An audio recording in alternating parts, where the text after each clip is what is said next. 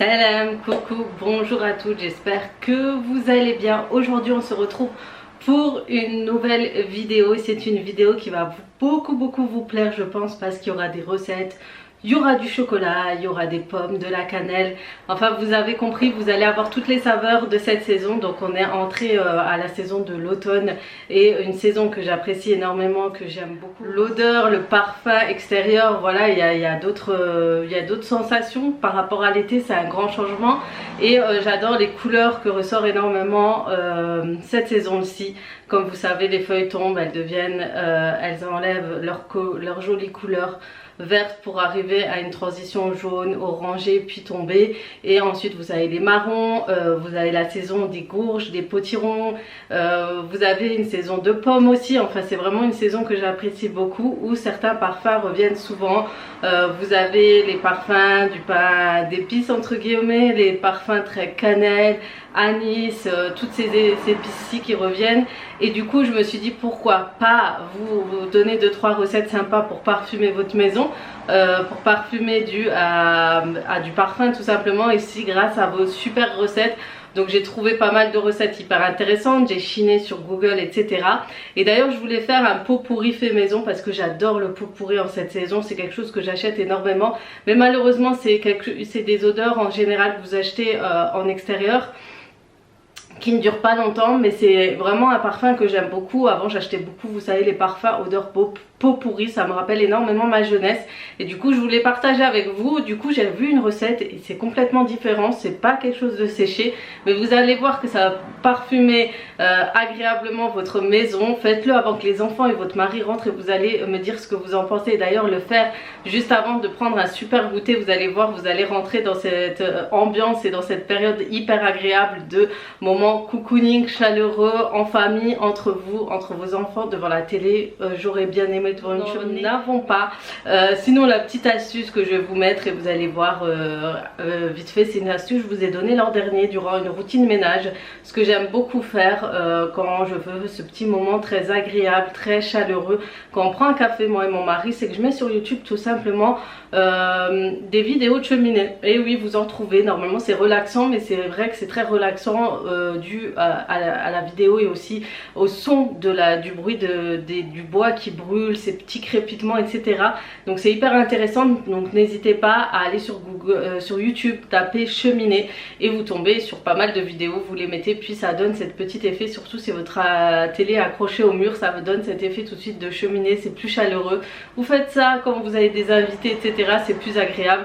Et vous avez d'autres fonds d'écran que vous pouvez bien sûr utiliser sur YouTube. Vous avez l'aquarium, vous avez plein d'autres choix. En tout cas c'est des petites astuces, énormément de plaisir de vous trouver toutes ces petites astuces. Sur ce je vais vous laisser, parce qu'on va commencer tout de suite avec les recettes, tout de suite avec le sujet que vous allez aimer, et on se retrouve tout à l'heure. Pour la première recette, ça sera de faire un pot pourri fait maison. Donc vous allez porter à ébullition des fruits et des épices. J'ai eu un petit souci de cadrage et de montage, du coup je pensais vous avoir filmé le moment où j'ai ajouté chaque ingrédient, mais malheureusement ça n'a pas été filmé. Mais je vais vous décrire en détail chaque ingrédient que j'ai mis à l'intérieur. Donc j'ai rajouté une pomme, une orange, j'ai pris 2 bâtons de cannelle, vous pouvez même en rajouter 3. J'ai rajouté de l'anis en graines, mais le meilleur choix à faire, c'est de choisir de l'anis en étoile. Vous pouvez rajouter une cuillère à café d'épices, de pain d'épices. Et ensuite, ce que vous pouvez faire aussi, c'est de rajouter un morceau de gingembre. Une fois porté à ébullition, vous verrez que votre maison sentira divinement bon. Ça sentira vraiment cette odeur automnale qui rappellera légèrement cette période de Noël aussi, l'odeur du marché de Noël, je dirais même.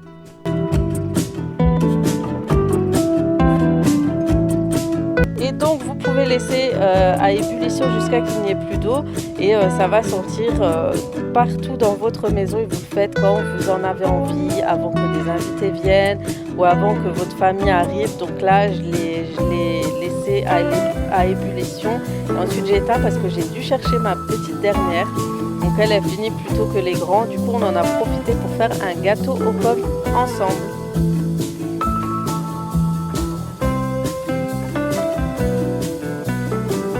Et ça permet d'avoir un petit moment toutes les deux ensemble, rien que toutes les deux. C'est vrai que quand c'est la dernière, en général, ils ont beaucoup moins de temps passé avec leur maman. Du coup, on a préparé ce gâteau au Thermomix. Donc, c'est le gâteau aux pommes. Je vous mettrai la recette en barre d'informations. Mais moi, j'ai rajouté une petite touche personnelle pour être vraiment dans le thème de l'automne. J'ai rajouté une cuillère à café de cannelle en poudre. Et vous savez qu'en cette période, la cannelle et les pommes se marient très bien ensemble. Vous pouvez autant le rajouter dans une tarte aux pommes, la cannelle, que dans un gâteau aux pommes et c'est super bon. Donc au Thermomix, ce qui est top, c'est que vous n'avez qu'à mettre tous les ingrédients ensemble et ensuite vous mixez tous les ingrédients. Comme vous pouvez le voir là, j'étais en train de mixer, ma fille n'aime pas le bruit du Thermomix et c'est vrai qu'il est assez bruyant quand on fait le mélange. Donc j'avais oublié ma fameuse cuillère de cannelle que j'ai rajoutée à la fin et ensuite on va commencer à éplucher les pommes. Et ce qui est bien en fait, j'aime beaucoup acheter les pommes à grands frais parce que sur leur pancarte il y a chaque détail. Vous pouvez savoir quelles pommes acheter pour les faire cuire et celles qui ne se cuisent pas. Donc c'est vrai que ça m'était arrivé d'aller acheter par exemple dans d'autres magasins comme Cora, d'acheter des pommes et en fait vous avez beau laisser la cuisson très longtemps, les pommes ne cuisent pas du tout, elles sont hyper dures. C'est hyper désagréable, mais voilà, comme dit, j'aime bien grand frais, donc je sais maintenant à peu près quelles pommes utiliser. Donc là, je vais les couper. Elle avait un petit peu peur de se couper les doigts, du coup, j'ai tout épluché. Et ensuite, je vais laisser ma fille installer chaque petit morceau de pomme. Et elle était hyper concentrée, ça fait vraiment plaisir à voir.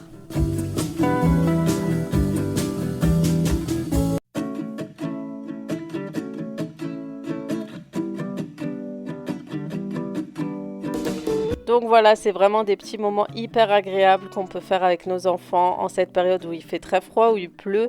On peut faire des petites séances de cuisine, faire des petits gâteaux, préparer le goûter ensemble. Et elle était hyper fière parce que quand son papa est rentré, elle lui a dit « Papa, je t'ai fait un gâteau, c'est trop mignon ». Donc voilà le résultat de ce côté-ci, c'est pas très joli, mais vous allez voir le résultat à la fin. Vient le moment de préparer le chocolat chaud pour accompagner ce joli gâteau aux pommes cannelle.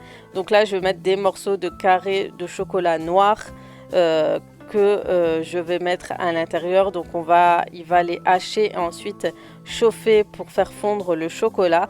Et ensuite, je vais rajouter du lait. Et en fait, pour avoir toujours ce côté très automne, donc vous allez me dire, je vais faire une overdose de cannelle à la fin, j'en pourrai plus.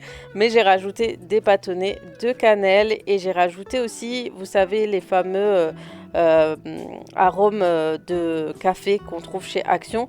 J'ai rajouté celui à la vanille, donc vous mettez celui que vous avez envie. Et ensuite, j'ai laissé chauffer tranquillement.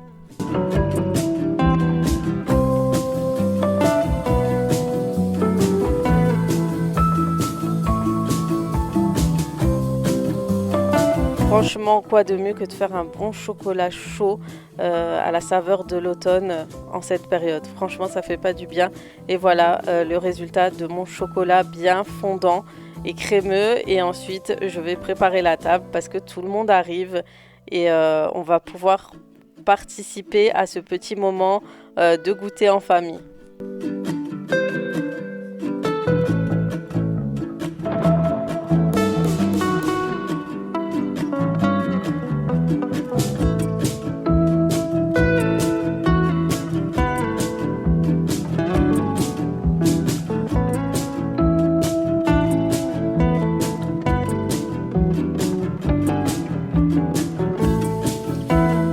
Et voilà le résultat de mon gâteau et il a fait fureur parce qu'il n'a pas tenu l'après-midi.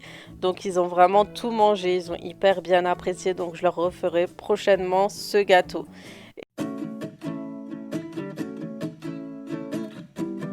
Et vient le moment de préparer le repas et on reste toujours dans le thème de l'automne. Donc comme vous avez pu voir en tout début de vidéo, je vous ai montré que j'avais préparé tout ce qui était gourges, potimarron, pommes, patates douces et carottes. C'était tout simplement pour faire une genre de poêlée de légumes au four, on va dire. Je vais vraiment faire un plateau gorgé de légumes de période automnale que je vais couper tous en petits cubes ou en moyens cubes selon votre façon de faire. Donc là, je vais demander à mon mari pour la courge parce que j'ai vraiment du mal à la couper en deux. D'ailleurs, je vais prendre qu'une moitié parce qu'elle était vraiment grande. Je vais l'éplucher, les pépiner. Ensuite, je vais aussi la couper en cubes.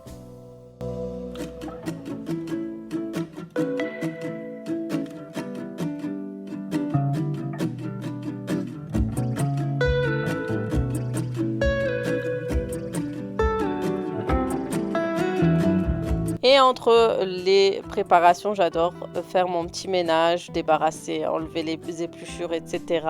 Ranger les produits et ensuite on va continuer à couper et éplucher.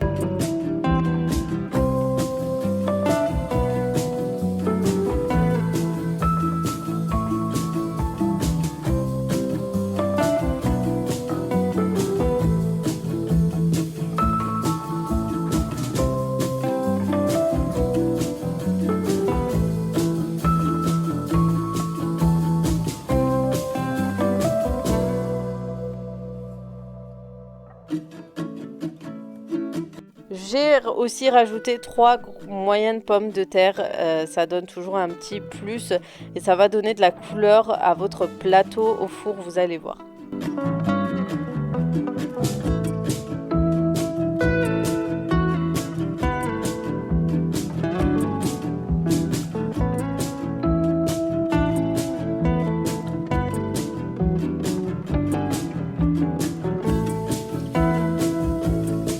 On coupe vraiment tous les légumes en cubes, hein. N'hésitez vraiment pas à couper-les en cubes grossièrement parce que ce sont des légumes qui se cuisent assez facilement. Les carottes, je vais les couper vraiment plus petites.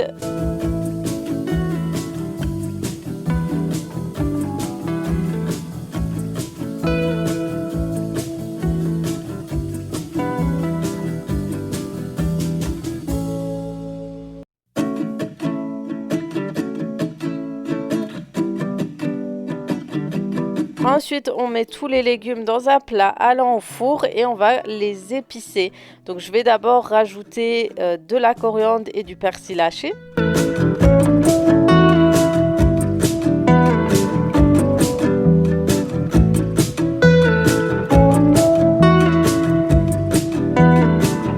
Je vais rajouter mes épices, je vais rajouter 1 cuillère à café et demi de sel. Je vais rajouter 2 cuillères à café de paprika. Je vais rajouter un peu de gingembre, je vais rajouter un peu de curry, un petit soupçon, du poivre et de la noix de muscade.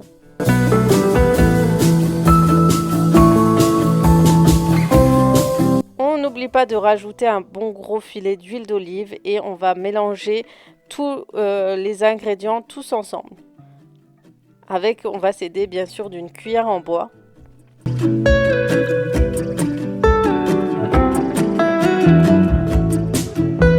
Pour la cuisson, je vais préparer un verre d'eau et je vais rajouter 4 cuillères à soupe de soja.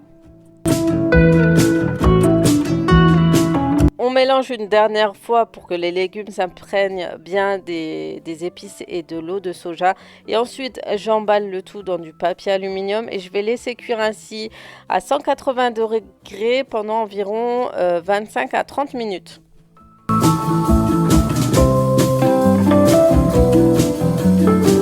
Et bien sûr, quand je fais la cuisine, je suis obligée de nettoyer entre deux préparations et 2 rangements. Surtout qu'à ce moment-là, je vous l'avais déjà expliqué lors de ma dernière vidéo, mon lave-vaisselle ne voulait plus tourner. Il y avait un gros bug. Du coup, je faisais toute la vaisselle à la main.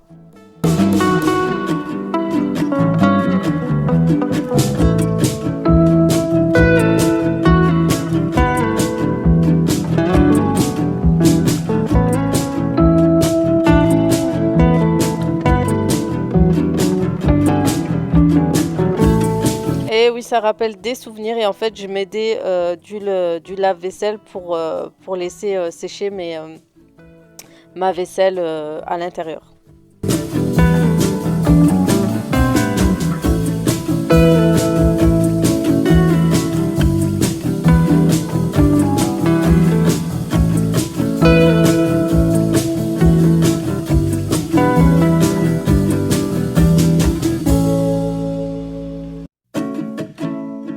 Et maintenant, on prépare l'accompagnement pour mes légumes. Donc, ça va être de l'escalope de poulet.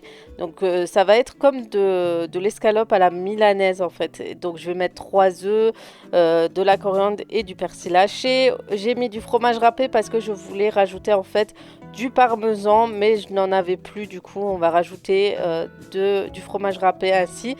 Et je vais épicer avec du sel, du poivre, un peu de bouillon de volaille et je vais rajouter un peu d'ail en poudre. On va mélanger le tout avec un fouet.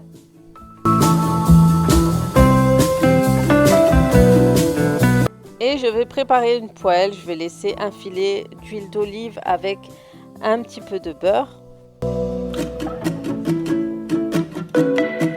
Entre-temps, on surveille la cuisson des légumes et ensuite on va préparer les escalopes de poulet. On va d'abord les laisser tremper dans de la farine et ensuite on va les tremper dans le mélange d'œufs et on va laisser cuire sur la poêle chauffée avec de l'huile d'olive et du beurre.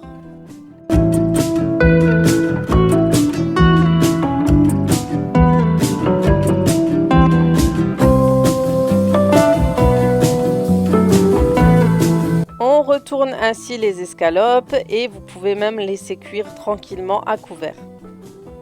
Puis entre-temps, je vais enlever le papier aluminium sur mes légumes et je vais rajouter des morceaux d'oignon rouge. Ça va rajouter et relever de la saveur à ce mélange de légumes. Et ensuite, je vais retourner surveiller pareil mes escalopes et les cuire une par une.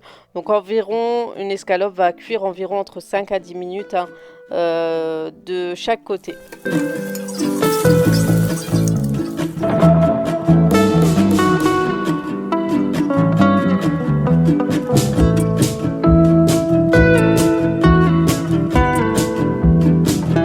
Ça sera une escalope qui sera accompagnée d'une sauce. Vous allez voir ensuite comment je vais préparer cette sauce.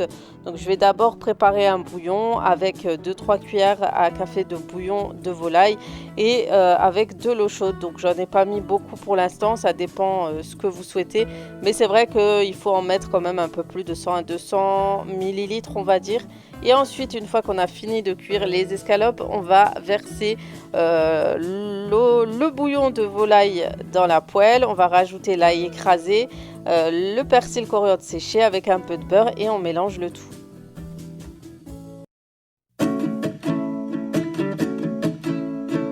Mes légumes ont fini de cuire, donc franchement cette petite poêlée, je vais dire, de légumes est juste vraiment topissime, surtout si vous aimez les légumes sucrés. Et ces escalopes sont un vrai délice. Je vous invite vraiment à tester ces deux recettes et vous m'en direz des nouvelles. Et c'est super bon pour le soir, je trouve, c'est hyper léger. En tout cas, j'espère que cette vidéo vous aura plu. Comme d'habitude, je vous souhaite une très bonne journée et je vous dis à très vite pour d'autres vidéos. Ciao, ciao!